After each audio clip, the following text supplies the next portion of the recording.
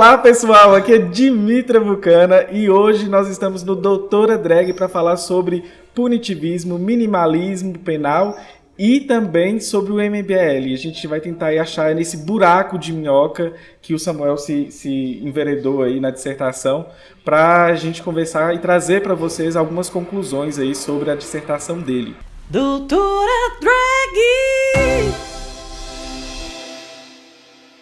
Antes de mais nada, só se apresente aí pra galera, né? Cifra Oculta, redes sociais, onde te seguir. Então, gente, nome é Samuel Silva Borges, vocês vão encontrar por esse nome meu perfil no Facebook, em que eu posto muita coisa sobre a questão de política criminal. No Instagram tá samuelsilvaborges.cifraoculta, eu também posto muito lá. No Twitter tá Samuel Silva FB. No YouTube, que é onde tá o central da produção que eu faço nas redes sociais, tá no YouTube, é só procurar por Cifra Oculta. Tem muito conteúdo realmente didático que eu fiz para introduzir as pessoas nessa temática que infelizmente fica muito restrita ao campo universitário. Então, gente, olha só, eu tô com uma pautinha aqui, vou usar no celular que vai direcionar o nosso debate. A gente tem, assim, né, o Samuel defendeu, tem um mês que você defendeu mais ou menos? Finalzinho de fevereiro, então quase um mês. Então, ele nem respirou ainda e eu tô aqui ainda para falar da dissertação dele, que é uma análise de discurso crítica do movimento Brasil Livre. E aí a gente vai, né, pontuar alguns elementos da dissertação, não dá para pontuar tudo, mas eu vou deixar o link da dissertação aqui para quem quiser ler e ter acesso e entender o que está sendo colocado, qual o debate que está sendo colocado. Vocês vão entender, assim, desde o básico, né, que é o capítulo 1 ali, que a gente optou, inclusive, em não discutir aqui com vocês, até o que a gente quer chegar no final, que é a parte empírica da pesquisa dele. Primeira questão é o senso comum sobre punitivismo no sistema penal e dados de encarceramento em massa, né?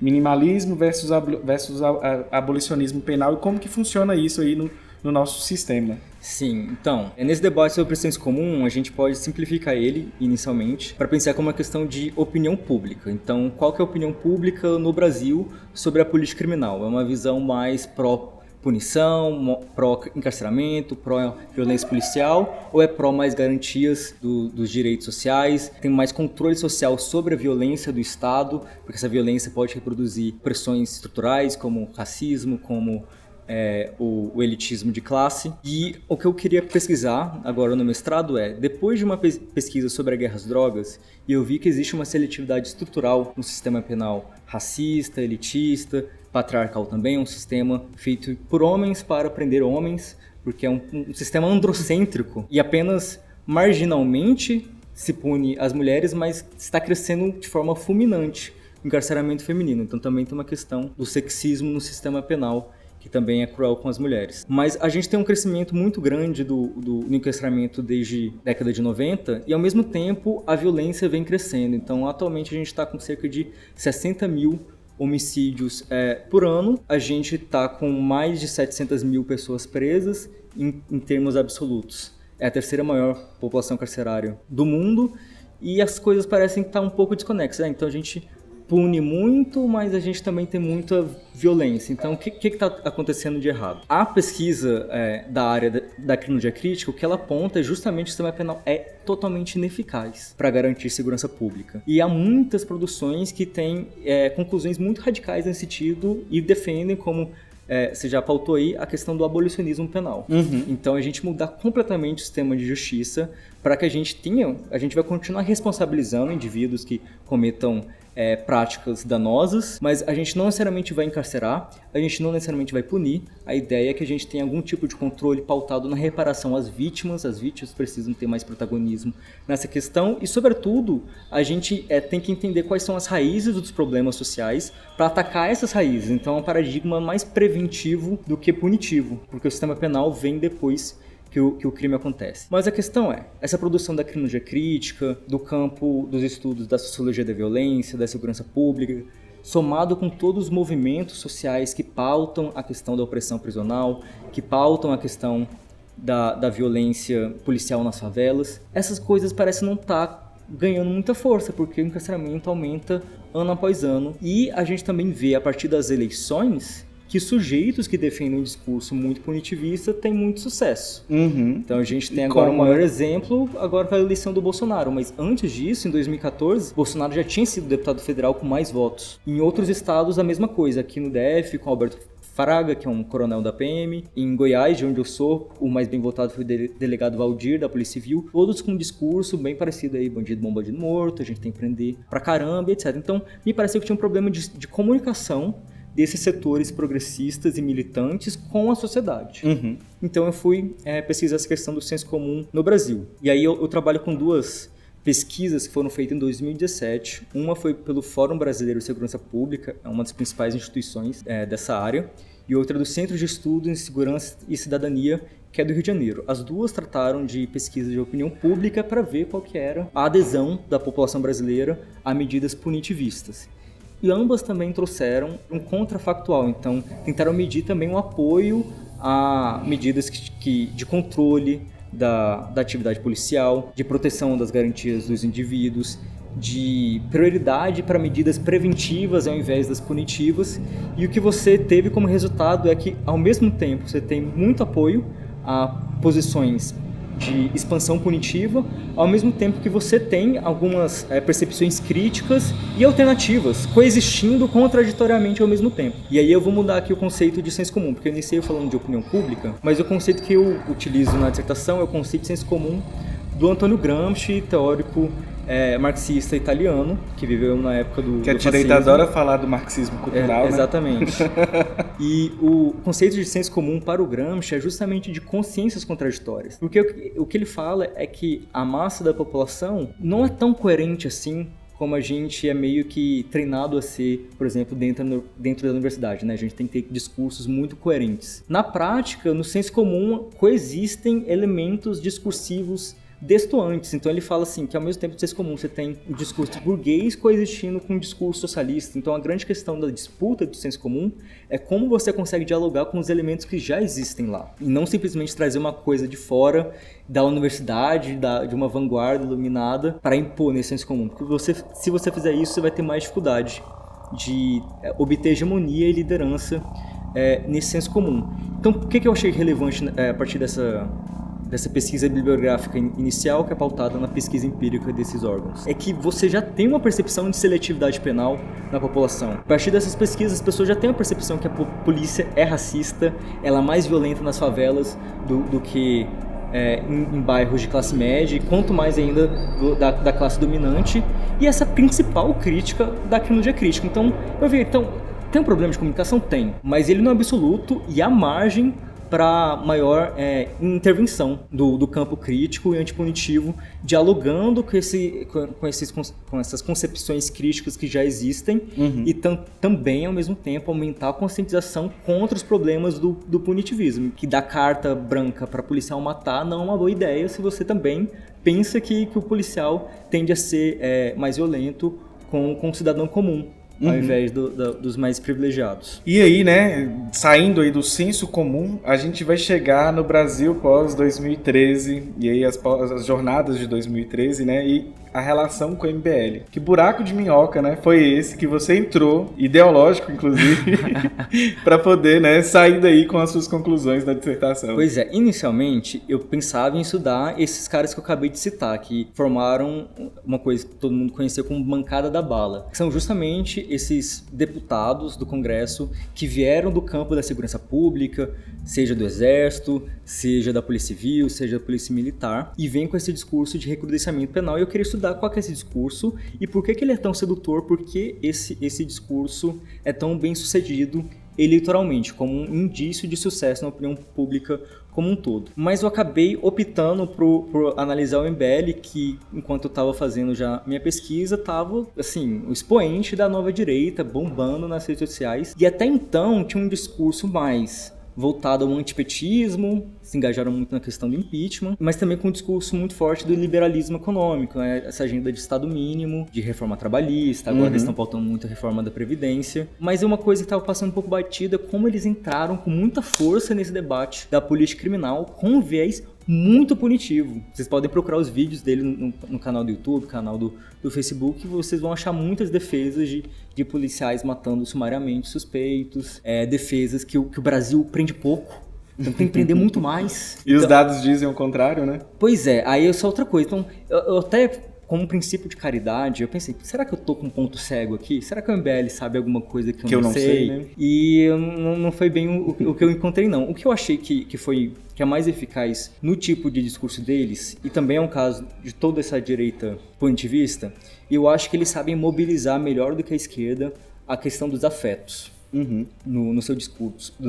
Então, por exemplo, que nem você acabou de falar, os dados dizem outra coisa. Dados por si só não é uma coisa muito eficaz para convencer as pessoas. Essa linguagem mais racionalista, mais científica, se ela fosse suficiente, a gente já teria hegemonia. A grande questão é como a gente consegue dialogar com uma população que sofre muito com a ansiedade em relação à possibilidade de sofrer um crime que pode ser patrimonial, vão roubar meu celular, podem invadir minha casa, ou pode ser um crime violento, você pode ser vítima de um latrocínio, você pode ser vítima de estupro. Então, essas coisas causam uma angústia que está num nível que vai até para o inconsciente, e a direita consegue mobilizar uma resposta muito simples para isso. Qual que é a leitura do problema criminal para a direita? Eles recusam qualquer tipo de raiz social para o problema da criminalidade. Então, eu posso vir aqui e debater sobre como a questão do tráfico nas favelas do Rio de Janeiro está intimamente ligado com a própria situação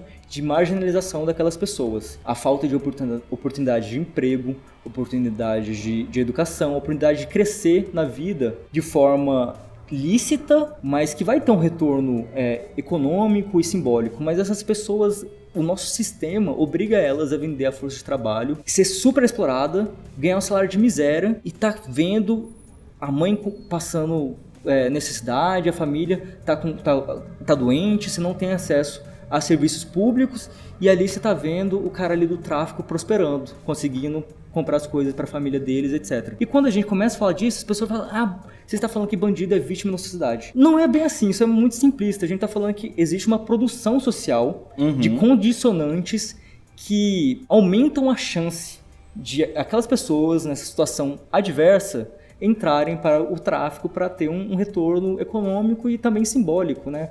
Questão de um certo prestígio comunitário e tudo mais. Então, se eu venho com esse discurso, vocês falam, não, você está falando que você está querendo passar a mão na cabeça de bandido. Na verdade, todo bandido... Eita! Salva aí. Tá.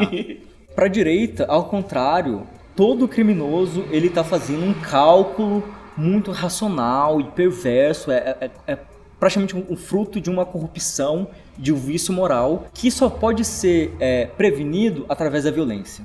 Porque como ele é um cara racional que faz essa análise de custo-benefício, então se você aumenta muito a violência do Estado, esse sujeito pode ser intimidado e não vai cometer crimes. E se cometer, vai ser morto. Então você também está incapacitando a forma dele de cometer crime. Isso está tanto na questão da defesa da violência policial, essa questão aí do pacote do Moro, da excludente ilicitude para policial que matar sob forte emoção. Então você pode subir ali na favela e matar todo mundo que parecer seu inimigo, você está num lugar tenso, que tem traficante, pode... Adverso, né? Você pode matar pra caramba. Que é uma coisa que já acontece, o Moro só está indo além para formalizar isso com a excludente ilicitude, porque atualmente já existe e é formalizado a partir do auto de resistência. Então você fala que aquela pessoa que você matou, na verdade, estava resistindo à intervenção policial. Mas além da questão policial, isso também está na questão penal. Eles querem aumentar, endurecer as penas, penas mais longas para prender as pessoas por mais tempo, porque aí as pessoas vão pensar 2 vezes antes de cometer crime. E por fim,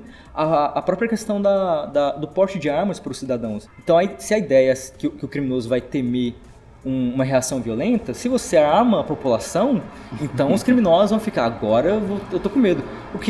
Vai mudar, acelerar a lógica, na verdade. Né? Mas eles não pensam que, então o criminoso, se ele é tão racional assim, ele pode pensar, eu tenho que fazer meu crime sem dar chance de resposta, então já chega atirando.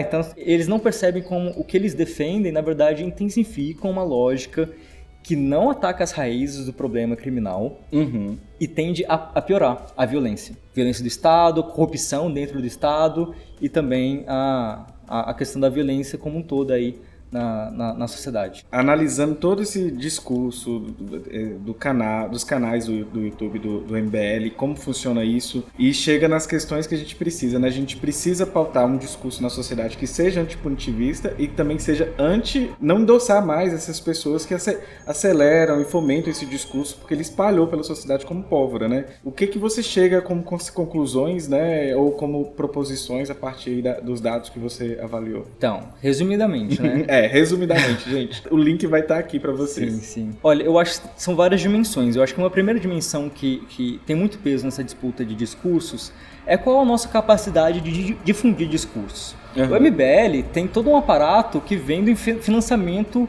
de think tanks estrangeiros que fizeram eles crescerem para ser um movimento que vai pautar o Estado mínimo, que vai pautar a privatização para esses bilionários de fora. Né? A gente não tem soro. Mas eles têm lá a Atlas Network e vários outros think tanks que auxiliaram. O MBL é fruto de um braço do Students for Liberty, Estudantes pela Liberdade, que é um think tank que nasceu nos Estados Unidos. Então eles têm muito mais facilidade de fazer seu discurso expandir. O discurso punitivo também conta com programas policialescos que estão na TV aberta todos os dias.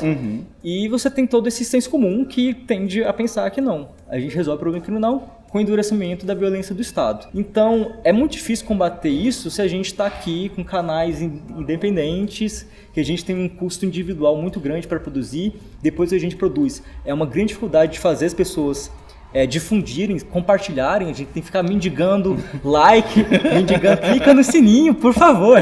Eu sou a famosa bicha spammer. Pois é, tem que fazer spam, é uma coisa complicada. Eu também acho que as organizações críticas, elas estão muito fechadas no campo acadêmico e no campo de, vamos tentar pressionar os gestores públicos. Então aí você vai lá com os dados e vai tentar influenciar os políticos e os gestores a adotar uma política que seja menos punitiva, porque sendo menos punitiva ela tende a ser mais eficiente. E que é, ao meu ver, um viés elitista. Eu acho que a prioridade do campo antipunitivo é entrar de cabeça na disputa do senso comum, enfrentar esse discurso da direita, desmontá-los, desconstruí-los e apresentar alternativas. No campo das alternativas, não existe consenso. Então, essa é outra coisa que eu abordo no texto, que é debatendo diversas políticas criminais alternativas, que vai desde o campo mais radical abolicionista e vai até o campo menos reformista, que até chega a relegitimar o sistema, até é um tanto problemático. Eu tô entre um e outro, porque antes eu me identificava como abolicionista penal e eu era contra qualquer tipo de criminalização, porque para mim qualquer criminalização que eu defendesse, inevitavelmente funcionaria de forma a legitimar o próprio sistema que eu digo combater. Então eu falava, não faz sentido, é contraditório. Mas também não virou um reformista, né? É que tá, eu defendo um certo reformismo revolucionário, que a ideia é que a gente vai ter o programa máximo revolucionário, mas a gente vai ter que pautar reformas concretas, táticas, é a questão da mediação tática, né? Que é uma coisa que eu não tinha, e eu acho que muitos abolicionistas também não têm. E aí isso é uma coisa que eu estou criticando agora como purismo abolicionista. A ideia é que você tem que se abraçar com esse princípio de que você não pode utilizar nenhum tipo de mediação punitiva, independentemente dos efeitos concretos disso, independentemente disso estar tendo alguma eficácia para a gente chegar mais próximo do abolicionismo. A gente não está. Então a gente tem que pensar o que é mais eficaz para a gente tentar atuar para mudar essa correlação de forças no senso comum. E aí, de novo, é uma posição minha que está aberta, que eu estou passando para as outras pessoas, para as pessoas escutarem, criticarem, apresentarem pontos cegos, talvez, na minha argumentação. É uma coisa que está aberta, que é um debate. Você compartilhou, inclusive, assim, na ânsia de chegar alguém, não pela treta, né? Na ânsia de chegar alguém para poder criar um debate. É fomentar o debate, principalmente, porque é uma coisa, outra coisa que me angustiava, porque eu via todo esse problema, mas o campo da pesquisa estava meio que reproduzindo a mesma agenda de pesquisa. Então você tem todo mundo está fazendo pesquisa sobre seletividade penal, sobre a seletividade racial, seletividade de gênero. Já se espera o que vai acontecer ali nas pesquisas, né? Já está consolidado. Eu acho que a questão é, e agora? O que a gente faz para conseguir ter uma intervenção política com eficácia? Eu acabei fazendo uma síntese de diferentes correntes, que vão desde o abolicionismo penal marxista, que é bem diferente do abolicionismo penal anarquista, e aí fazer mediações desse abolicionismo com uma vertente que chama realismo de esquerda, que é uma síntese que eu faço que ela é muito tensa, porque esses campos eles se criticam bastante. Mas a ideia é que a gente tem que ter uma resposta para a questão da violência, a gente tem que ter resposta para a questão da criminalidade. Então não basta simplesmente a gente denunciar a questão da seletividade penal e como isso não resolve. A gente precisa ter uma alternativa do que resolve. Por exemplo, crimes patrimoniais. A gente nunca vai resolver isso no Brasil enquanto a gente continuar sendo um país com extrema desigualdade, com muita pobreza, com uma estrutura racista, né? Estrutura racista, o direito penal muito nosso é desemprego, todo pautado no racismo. O emprego que existe é um emprego precário, então a gente não dá alternativas de crescimento econômico porque uma elite concentra essa riqueza. Então, a menos que a gente consiga de fato... qual a palavra sumiu aqui? Redistribuir, até que a gente consiga redistribuir essa riqueza com a população e dar mais alternativas, horizonte para essas pessoas de, eu vou conseguir trabalhar, vai ter emprego, com esse emprego eu vou conseguir garantir uma vida digna para minha família, aí você tem um argumento para conseguir tirar os jovens que estão sendo aliciados pelo tráfico, que são jovens sem perspectivas, que estão sendo violentados, que estão entrando no mercado de trabalho, crianças ou adolescentes não têm nenhum retorno e aí acabam sendo seduzidos pelo crime. Então a gente não vai resolver o problema do crime se a gente não atacar a questão econômica. Não vai. Então a gente precisa defender um programa, no mínimo, de reforma social-democrata e com uma perspectiva anticapitalista. Ao meu ver, essa é a única alternativa realista para a gente resolver o problema da segurança. Mas isso quer dizer que a gente não vai ter nenhuma intervenção punitiva? Eu acho que não. Porque eu acho que se a gente chegar num cidadão que não teve acesso a esse campo privilegiado que eu e você tivemos de ingressar na universidade, de ver quais são esses debates mais avançados da área, e falar assim, punição resolve e a gente não vai adotar nenhuma punição.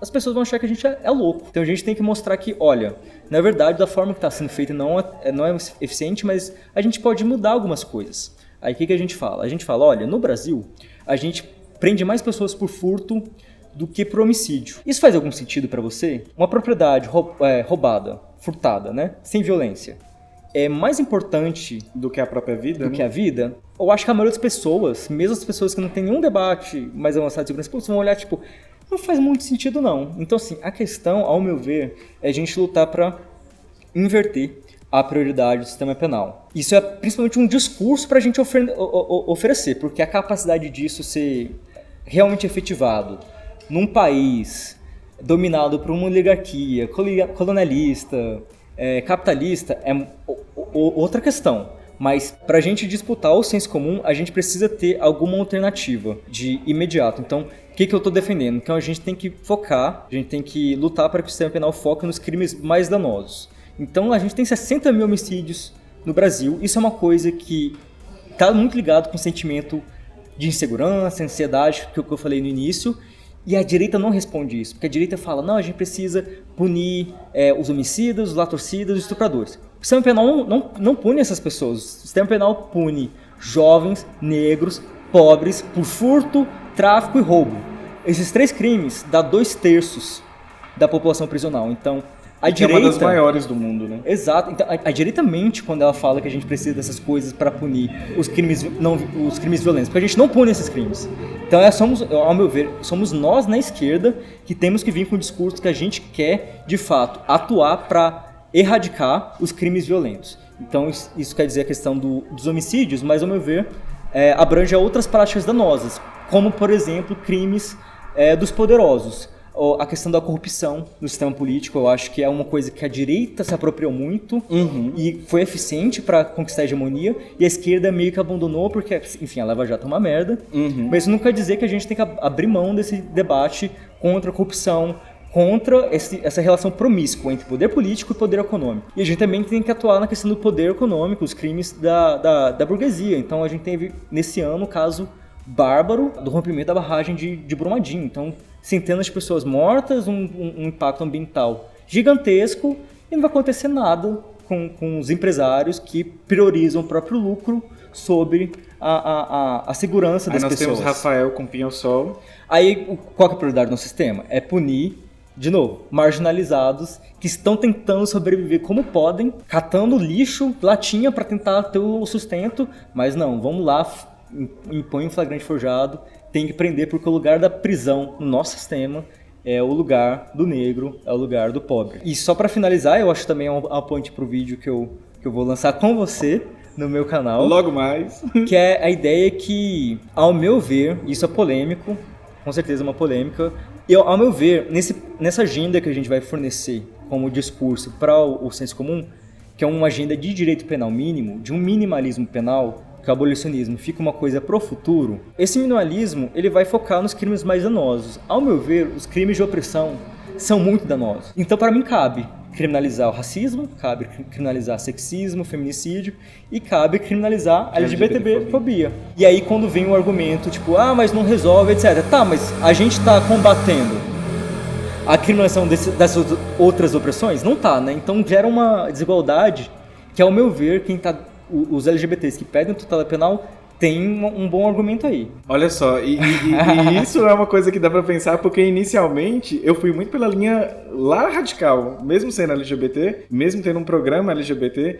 eu fui lá pro abolicionismo e falei, olha, talvez a gente tá dando um tiro no pé porque para defender uns e a gente não vai defender Mas outros. Tem muitos riscos mesmo, então essa coisa de problematizar como o sistema penal, essa tutela, mesmo para as minorias, pode ser um tiro no pé, sim. E é uma coisa que eu acho que a gente vai debater. Agora, quem quiser saber sobre isso, vai ouvir onde? Vai ouvir no Cifra Oculta. Eu acho que até o final dessa semana aí tá lá. É isso, gente. Esse foi um bate-papo. Quem quiser ler a dissertação do Samuel, tá bem interessante para você aprofundar no tema, aprender um pouco. Eu acho interessante que lá no capítulo 1 você já vai começar a ter autores que muito se diz aí na mídia, as pessoas não leem. Talvez ler por citação ajuda, porque tá mais sintetizado o conhecimento. É isso. E não deixam, né, de seguir e assinar o podcast HQ da Vida e também o Doutora Drag. Agora, eu sempre faço um tchau-tchau assim, mais podcastal, então eu sempre dou um tchau-tchau mais animado.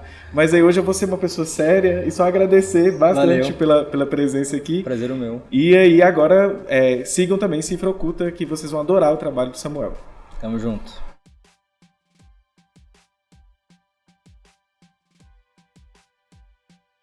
No YouTube, que é onde tá o filé Nossa, filé é uma coisa muito não vegana. Corta isso. Sabrina, vou te mandar esse vídeo. Vício de linguagem. Mas enfim,